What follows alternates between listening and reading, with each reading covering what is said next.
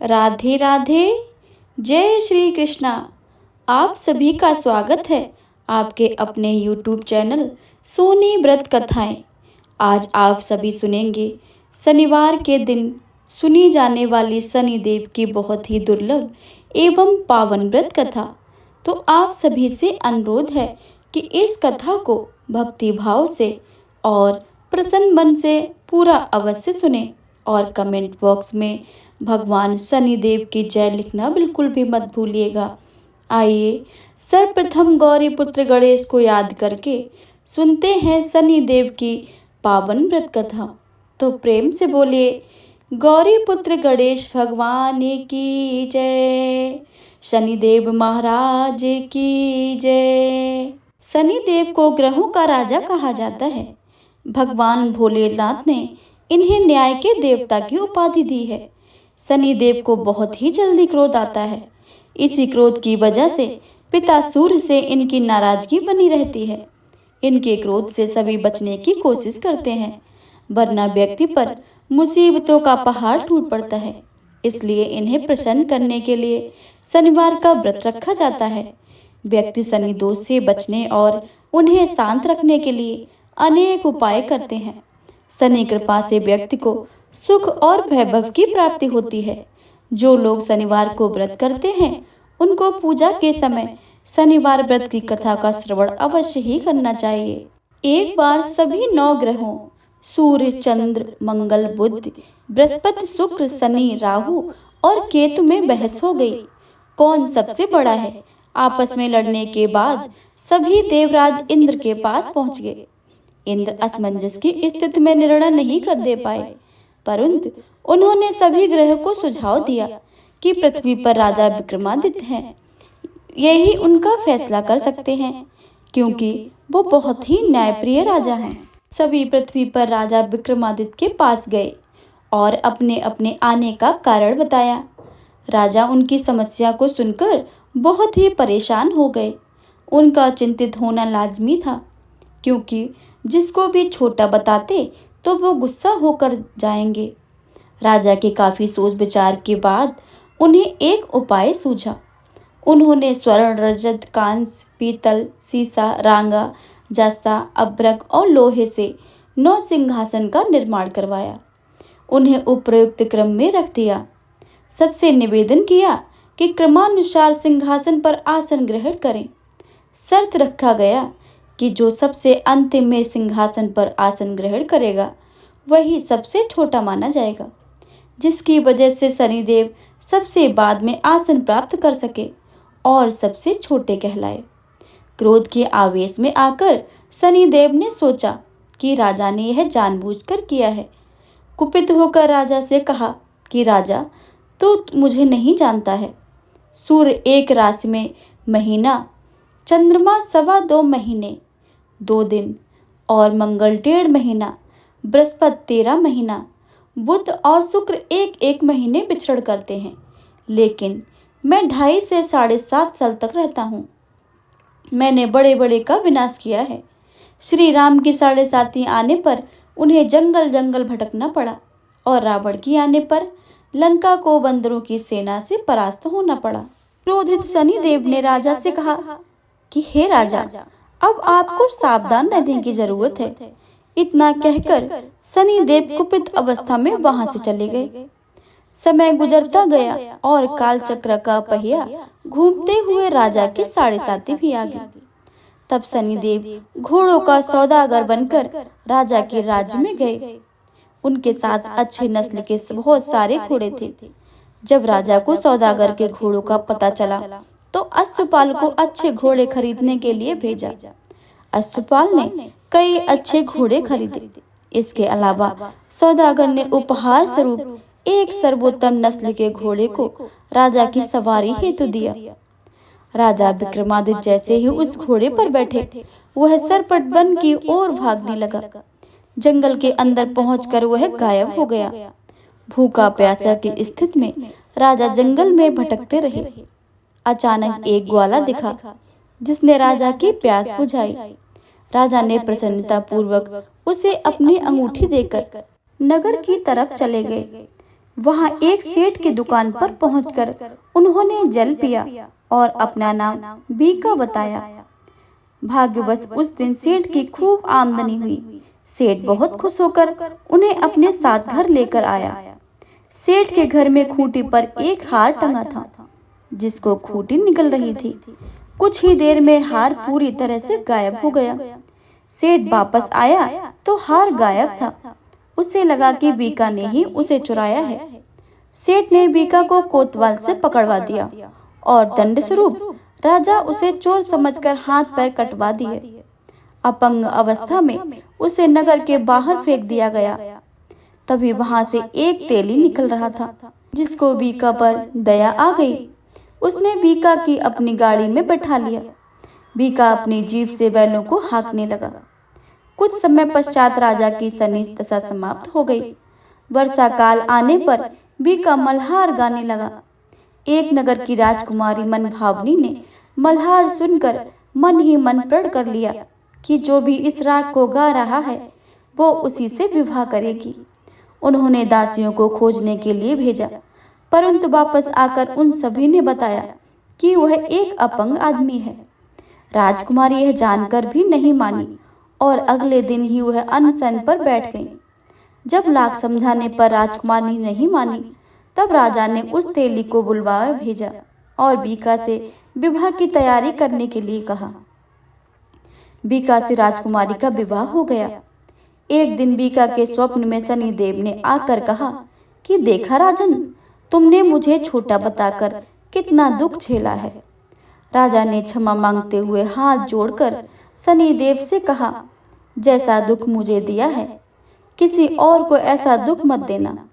शनिदेव इस विनती को मान गए और कहा कि मेरे व्रत और कथा से तुम्हारे सारे कष्ट दूर हो जाएंगे। जो नित्य नियम मेरा ध्यान करेगा और चींटियों को आटा देगा, उसकी सारी मनोकामनाएं पूर्ण हो जाएंगी। शनिदेव ने राजा को हाथ पैर भी वापस कर दिए। दूसरे दिन सुबह राजकुमारी की आंखें खुली तो वह आश्चर्यचकित हो गई। बीका ने मनभावनी को बताया कि वह उज्जैन का राजा विक्रमादित्य है। मनभावनी खुशी से फूली नहीं समा रही थी। राजा और नगरवासी सभी अत्यंत प्रसन्न हुए। सेठ ने जब यह सुना तो वह पैरों में गिरकर क्षमा मांगने लगा। राजा ने कहा कि यह सभी शनिदेव के क्रोध से हुआ है और इसमें किसी का कोई दोष नहीं है। सेठ ने निवेदन करते हुए कहा कि मुझे शांति तभी मिलेगी जब आप मेरे घर चलकर भोजन करेंगे। सेठ ने कई प्रकार के व्यंजनों से राजा का सत्कार किया। जब राजा भोजन कर रहे थे, तभी जो अंगूठी हार निकल गई थी वही अब उसे उगल रही थी। सेठ ने अनेक मोहरें देकर राजा को धन्यवाद किया और अपनी कन्या श्री कुंवरी से पाणी ग्रहण का निवेदन किया। राजा ने शहर स्वीकार कर लिया। राजा अपनी दोनों रानियों मनभावनी और श्री कुंवरी को लेकर उज्जैन नगरी लौट आए। सारे नगर में दीपमाला और खुशी मनाई गई। राजा ने घोषणा करते हुए कहा कि मैंने शनिदेव को सबसे छोटा बताया था, लेकिन असल में वह सर्वोपरि है। तब से सारे राज्य में शनिदेव की पूजा और कथा नियमित होने लगी। सारी प्रजा के बीच खुशी और आनंद का वातावरण बन गया। शनिदेव के व्रत की कथा को जो सुनता है, पढ़ता है और कहता है, उसके सारे कष्ट शनिदेव दूर कर देते हैं। तो प्रेम से बोलिए शनिदेव महाराज की जय। ओम शनिश्चराय नमः। प्रिय श्रोताओं, अब आप सभी सुनेंगे शनिदेव और शंकर भगवान की कथा। शनिदेव से संबंधित एक पौराणिक कथा के अनुसार एक समय शनिदेव भगवान शंकर के धाम हिमालय पहुँचे। उन्होंने अपने गुरुदेव भगवान शिव को प्रणाम कर उनसे आग्रह किया, हे प्रभु, मैं कल आपकी राशि में आने वाला हूँ, अर्थात मेरी वक्र दृष्टि आप पर पड़ने वाली है। शनिदेव की बात सुनकर भगवान शंकर हतप्रभ रह गए और बोले, हे शनिदेव, आप कितने समय तक अपनी वक्र दृष्टि पर मुझ पर रखेंगे? शनिदेव बोले, हे नाथ, कल सवा प्रहर के लिए आप मेरी वक्र दृष्टि में रहेंगे। शनिदेव की बात सुनकर भगवान शंकर चिंतित हो गए और शनि की वक्र दृष्टि से बचने के लिए उपाय सोचने लगे। शनि की दृष्टि से बचने हेतु अगले दिन भगवान शंकर मृत्युलोक आए। भगवान शंकर ने शनिदेव और उनकी वक्र दृष्टि से बचने के लिए एक हाथी का रूप धारण कर लिया। भगवान शंकर को हाथी के रूप में सवा प्रहर तक समय व्यतीत करना पड़ा तथा शाम होने पर भगवान शंकर ने सोचा, अब दिन तो बीत चुका है और शनिदेव की दृष्टि का भी उन पर कोई असर नहीं हुआ है। इसके उपरांत भगवान शंकर पुनः कैलाश पर्वत पर लौट आए। भगवान शंकर प्रसन्न मुद्रा में जैसे ही कैलाश पर्वत पर पहुंचे, उन्होंने शनिदेव को उनका इंतजार करते पाया। भगवान शंकर को देखकर शनिदेव ने हाथ जोड़कर प्रणाम किया। भगवान शंकर मुस्कुराकर शनिदेव से बोले, आपकी दृष्टि का मुझ पर कोई असर नहीं हुआ है। यह सुनकर शनिदेव मुस्कुराए और बोले, मेरी दृष्टि से ना तो बच सकते हैं और ना ही दानव, यह तक कि आप भी मेरी दृष्टि से बच नहीं पाए। यह सुनकर भगवान शंकर आश्चर्यचकित रह गए।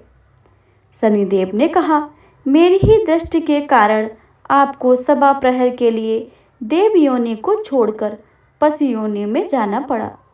इस प्रकार मेरी वक्र दृष्टि आप पर पड़ गई और आप इसके लिए पात्र बन गए।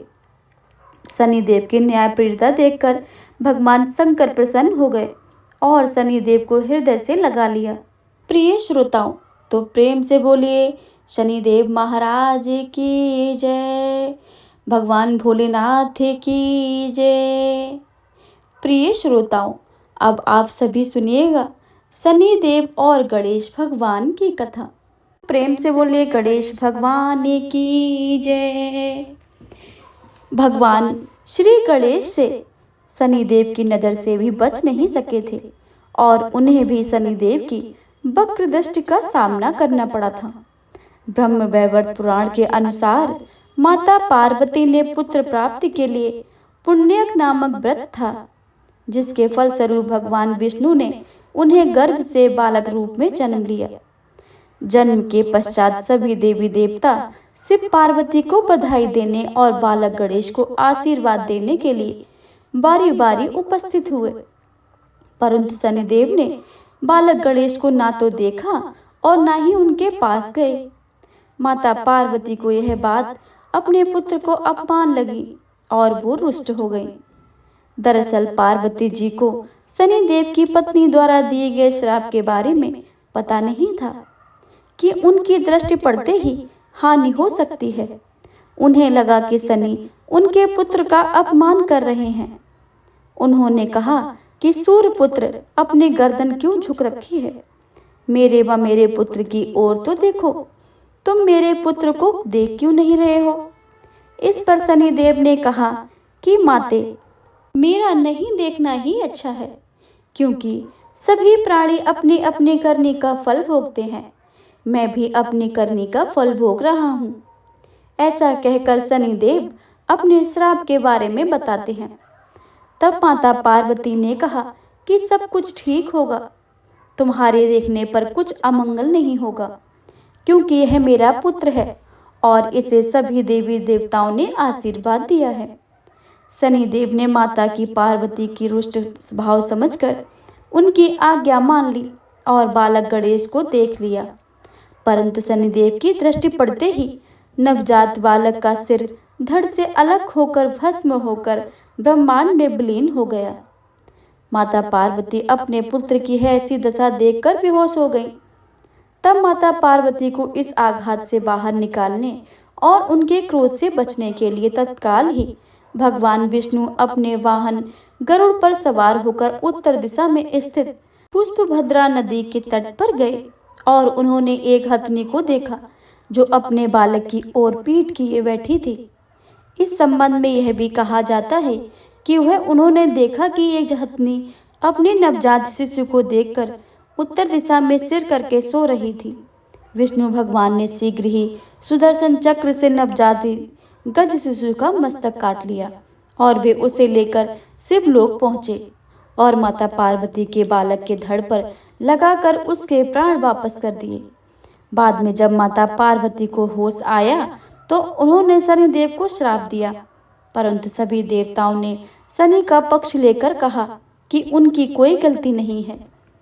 आपको तो यह इतनी सारी बातें बता दी कि आपके बालक को क्यों नहीं देख रहे हैं, किंतु आपकी जिद पूरी करने हेतु ही शनिदेव ने आपके पुत्र को देखा, इसमें इनका कोई कसूर नहीं है।